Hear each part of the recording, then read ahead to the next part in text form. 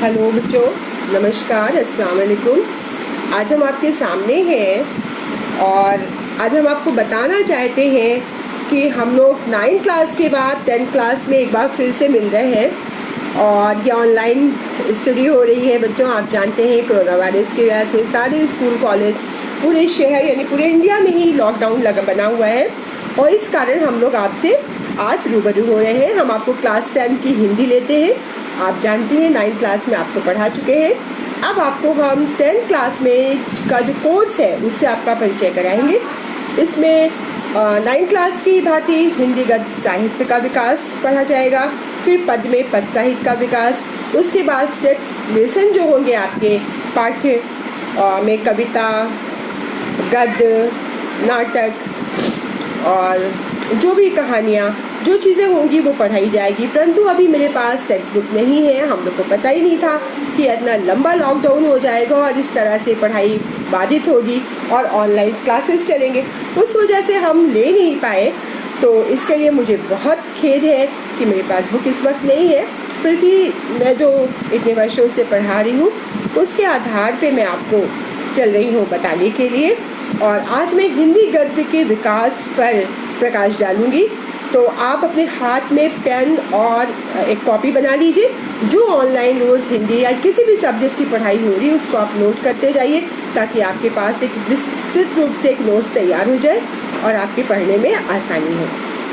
तो मैं कोशिश करूँगी सरलता से आपको समझाऊँ और मुझे पूरी उम्मीद है कि आप भी इस ऑनलाइन क्लास का पूरा उपयोग और लाभ उठाएंगे।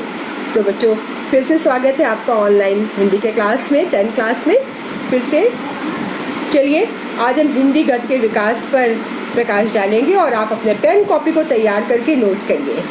मैं स्क्रीन पे दिखाऊंगी जो भी बोलूँगी आपको और आप उसको नोट करेंगे। सबसे पहले हिंदी गद्य का विकास। और हिंदी गद्य के विकास को देखें तो हम उसको 6 भागों में बांट सकते हैं। पहला है पूर्व भारतेंदु युग या प्राचीन युग। पूर्व भारतेंदु युग या प्राचीन युग ये उस समय का विकास है कि जब कहना चाहिए कि हिंदी गद्य साहित्य अपनी शैशवावस्था में था, और वो 13वीं शताब्दी से के मध्य से 1868 ईस्वी तक का समय था। नोट करिए बच्चों, पूर्व भारतेंदु युग या प्राचीन युग का जो समय था वो 13वीं शताब्दी के मध्य से 1868 ईस्वी तक का समय था। दूसरा है भारतेंदु युग, सन 1868 से 1900 ईस्वी तक का समय था। 1868 से 1900 ईस्वी तक का समय था। उसके बाद तीसरा आपका है द्विवेदी युग, ये 1900 से 1922 तक का समय इसका समय काल है। 1900 से 22 ईस्वी तक का अभी आपको ये बताते हैं, इसके बाद इसका हम डिटेल भी करेंगे। फिर देखिए शुक्ल युग, छायावादी युग, सन 1919 से 1938 तक का समय है ये। सन 1919 से 1938 तक का समय। शुक्लोत्तर युग, छायावादोत्तर युग यानी कि शुक्ल युग के बाद का जो समय है, शुक्ल युग को छायावादी युग भी कहा गया है, जो सन 1919 से 1938 तक चला है। फिर उसके बाद देखिए शुक्ल युग है, शुक्लोत्तर युग या छायावादोत्तर युग, यानी शुक्ल युग के जो बाद का समय है वो कहला रहा है शुक्लोत्तर युग या छायावादोत्तर युग। ये 1938 से ये 1947 तक का समय है, जब हमारा भारत आज़ाद हुआ है, स्वतंत्र हुआ है हमारा भारत देश, तब तक का ये समय 1938 से 1947 तक का है। उसके बाद अब देखिए स्वतंत्रोत्तर युग, यानी ये 1947 से जब से हमारा भारत आज़ाद हुआ सब से लेके अब तक का समय जो है वो हिंदी गद्य के विकास का स्वतंत्रोत्तर युग कहा जाता है। स्वतंत्रोत्तर युग कहा जाता है।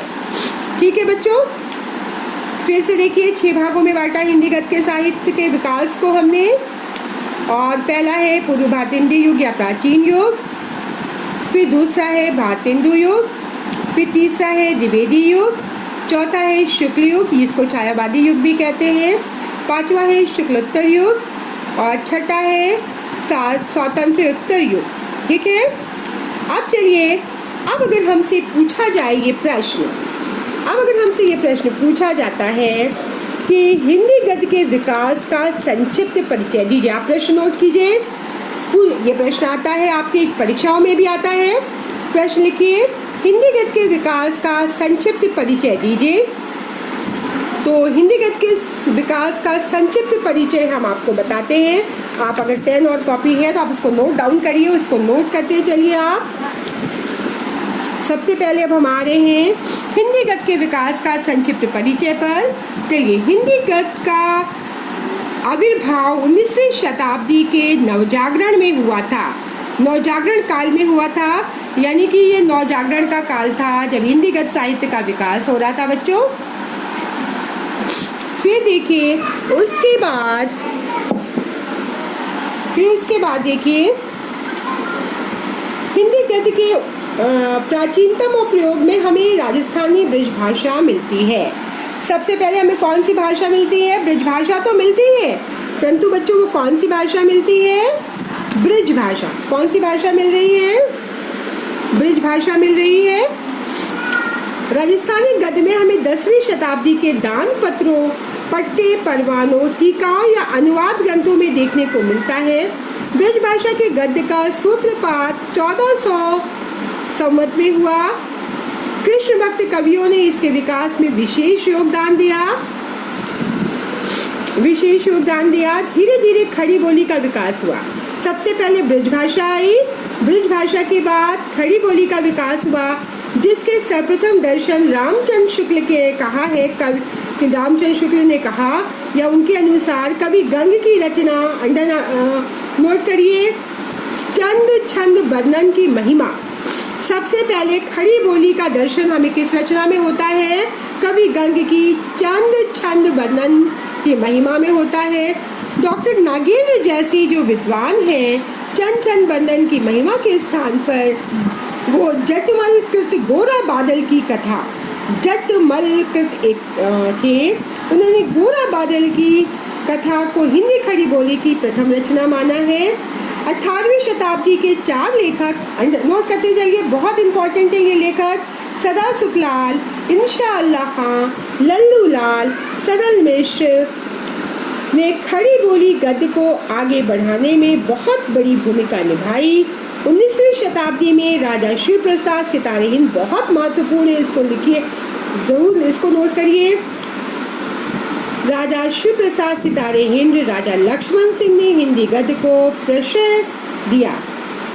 19वीं शताब्दी के मध्य में भारतेंदु हरिश्चंद्र ने अपने सहयोगियों के साथ मिलकर हिंदी गद्य को नए आयाम प्रदान किए। इसके अनंतर आचार्य महावीर प्रसाद द्विवेदी, रामचंद्र शुक्ल ने हिंदी गद्य के परिष्कार का महत्वपूर्ण कार्य किया। बच्चों, एक आपको संक्षेप पूरा मिल गया है हिंदी गद्य का विकास कैसे हुआ। पहले ब्रज भाषा आई, उसके बाद फिर खड़ी बोली आई। जब ब्रज भाषा की बात आती है तो आपको पता होना चाहिए वो अपनी प्राथमिक अवस्था में राजस्थानी भाषा के रूप में ब्रज भाषा हमारे सामने आई है, और उसके बाद धीरे धीरे खड़ी बोली का विकास हुआ।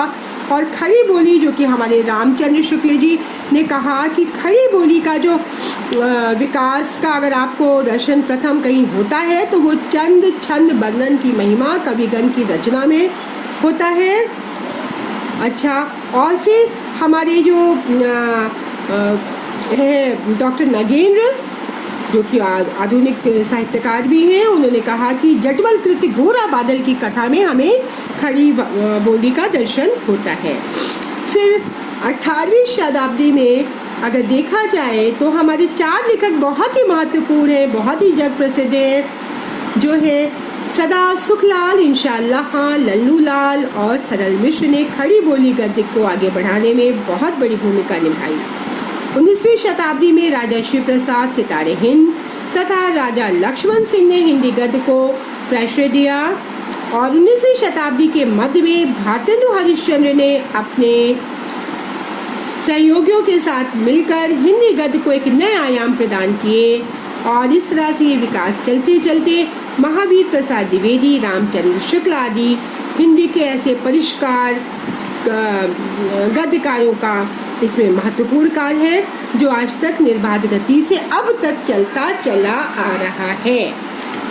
बच्चों, हम लोगों के पास बुक तो नहीं है, लेकिन कुछ ऐसे प्रश्न जिससे आपको हर चीज़ का अर्थ भी स्पष्ट हो जाए, तो मैं उसको आपको प्रश्न लिखाना चाहती हूँ।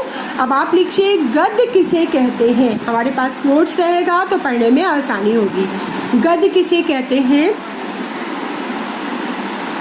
चलिए, अगर देखा जाए तो गद्य क्या है?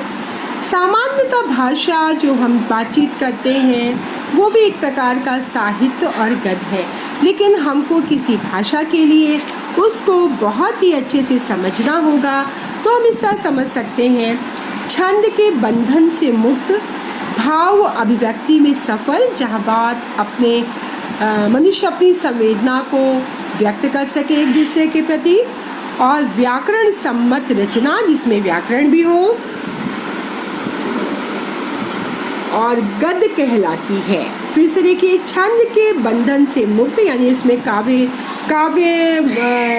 ना हो, भाव अभिव्यक्ति में सफल हो, व्याकरण उसके अंदर निहित हो, ऐसी रचनाएं गद्य कहलाती हैं, या ऐसी भाषा को गद्य कहते हैं। जैसे कहानी, निबंध, उपन्यास आदि, ये सब गद्य के ही उदाहरण हैं।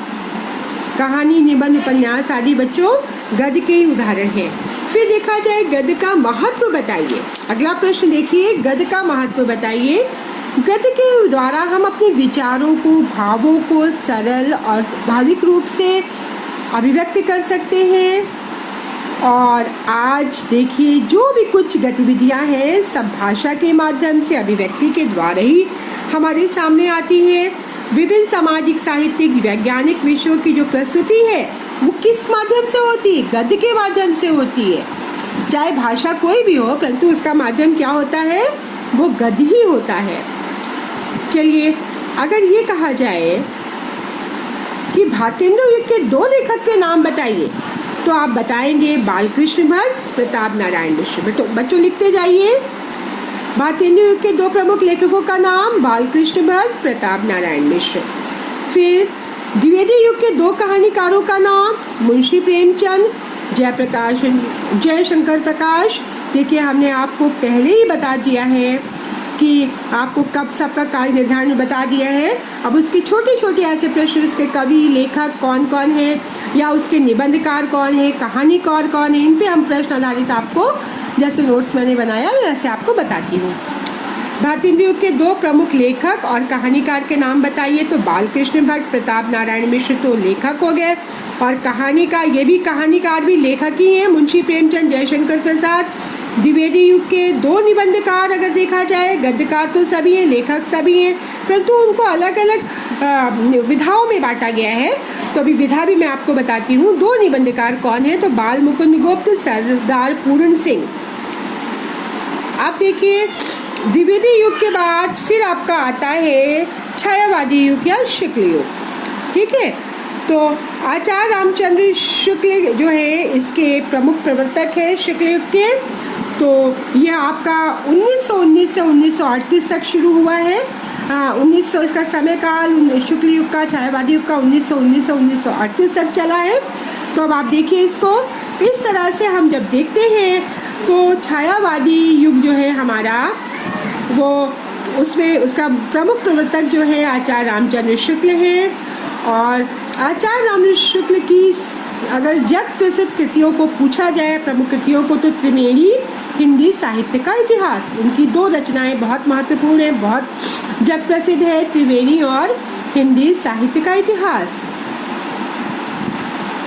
अच्छा, अगर ये प्रश्न, अब आप लिखिएगा अगला प्रश्न, अगर ये कहा जाता है कि शुक्ल युग के किन्हीं 2 प्रमुख लेखकों और इनकी रचनाओं के नाम लिखिए, तो आप बिल्कुल बिना कुछ सोचे हुए आप लिखिए आचार्य रामचंद्र शुक्ल पहले लेखक और दूसरे जयशंकर प्रसाद। आचार्य रामचंद्र शुक्ल की बहुत सारी रचनाएं मैं आपको नाम बता देती हूँ, आप नोट करते चलिए।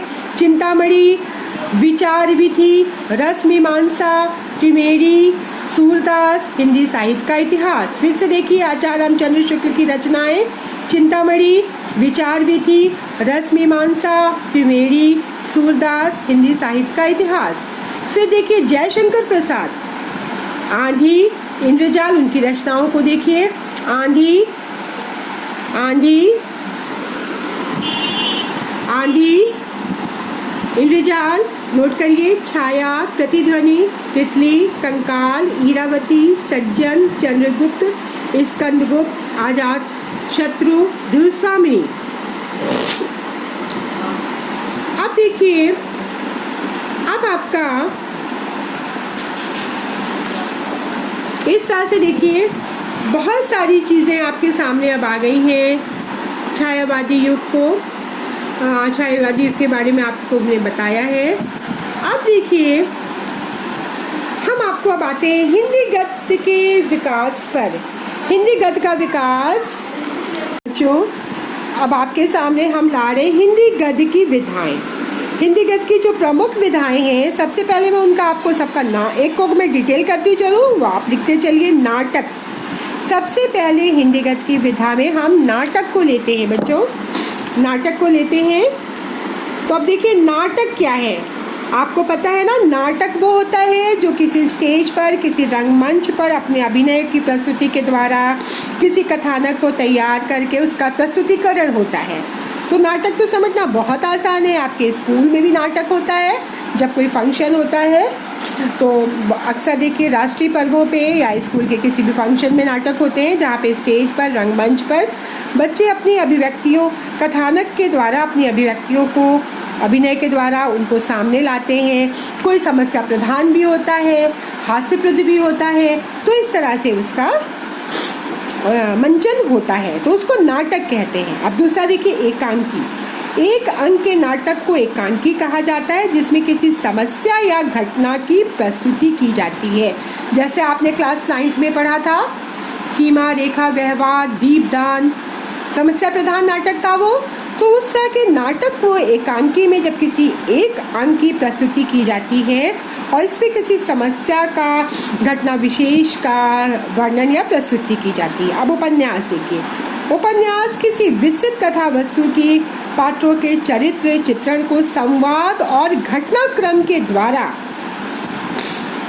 जो कुछ उद्देश्य की पूर्ति हेतु जो रचना की जाती है उसको उपन्यास कहते हैं। ठीक है बच्चों, तीसरा आपका हो गया। अब देखिए चौथा है कहानी।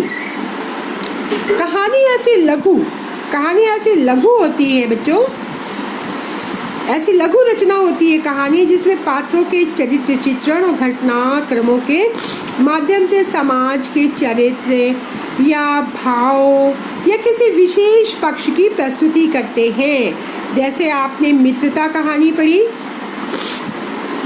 अभी आपने 9th क्लास में पढ़ा था प्रेमचंद्र का, बहुत ही अच्छी कहानी।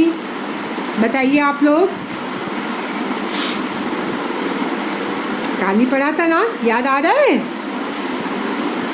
तो जिसे किसी घटना, चरित्रों के आसपास जो कथा को रचता है कहानीकार या लेखक, तो उसको कहानी कहते हैं। जिस और उस कहानी में बड़ी रुचि होती है, बिना कहानी को पूरा किए आप बैठते नहीं हैं। जब कहानी शुरू किया तो उसको पूरा हम समाप्त करके ही चैन लेते हैं। अब देखिए निबंध, पांचवा है निबंध। निबंध उस रचना को कहते हैं जिसमें लेखक किसी विषय पर अपने विचारों विश्लेषण करना और उसकी आलोचना भी करता है। जैसे निबंध आप आपके कोर्स में भी आपके होता है। 9th क्लास में तो निबंध नहीं था, लेकिन आपने 8th क्लास तक निबंध लिखा है, अभी 10th में भी आप निबंध लिखेंगे।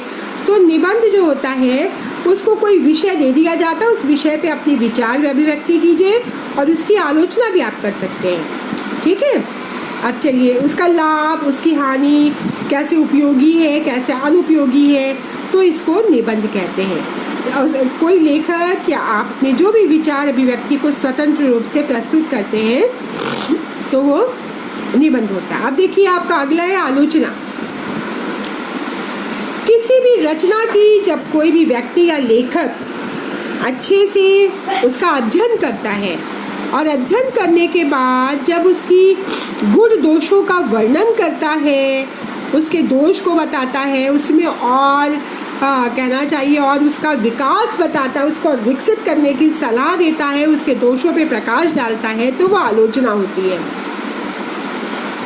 हाँ, आलोचना को हम समीक्षा भी कह सकते हैं, समालोचना भी कह सकते हैं, क्योंकि आलोचना को हमेशा सकारात्मक लेना चाहिए, कभी भी नकारात्मक नहीं लेना चाहिए। अब आपका आता है जीवनी। जैसे आप कोई पाठ आपने 9th में भी पढ़ा तो जीवन परिचय पढ़ा, किस लेखक ने लिखा उसका जीवन परिचय या उसको जीवनी भी हम कह सकते हैं। इसी तरह से किसी व्यक्ति विशेष के जीवन, जन्म, मृत्यु की जो भी प्रमुख घटनाएं उसके जीवन में घटी होती है, उसका जो भी हम वर्णन करते हैं या लिखते हैं उसके बारे में, वो जीवनी कहलाता है। अब आपकी आई विधा आत्मकथा। किसी गद्य की रचना में लेखक अपने जीवन के स्मरणीय तथ्यों की घटनाओं का अगर वर्णन करता है तो वो होता है आत्मकथा। फिर आपका है नवा यात्रा वृत्त। यात्रा वृत्त में आप देखिए, किसी गद्य रचना में कोई रचनाकार, कोई लेखक किसी यात्रा में जाता है और उसके अनुभव को लिखता है या दूसरों से उसको बांटता है, उसको यात्रा वृत्त कहते हैं। फिर देखिए संस्मरण।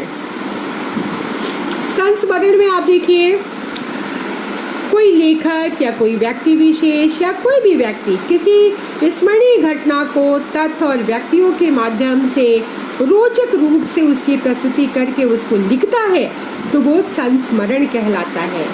ठीक है। अब रेखा चित्र। रेखा चित्र उसको कैसे कहते हैं? लेखक या कोई व्यक्ति किसी वस्तु, घटना या भाव को इस तरह से प्रस्तुत करे कि वो बिल्कुल सजीव चित्रांकन कर दे, सजीव चित्रांकन करने लगे, हमारी आंखों के सामने सब आंखों देखा हाल उभरता चला आ रहा है, तो वो रेखा चित्र होता है।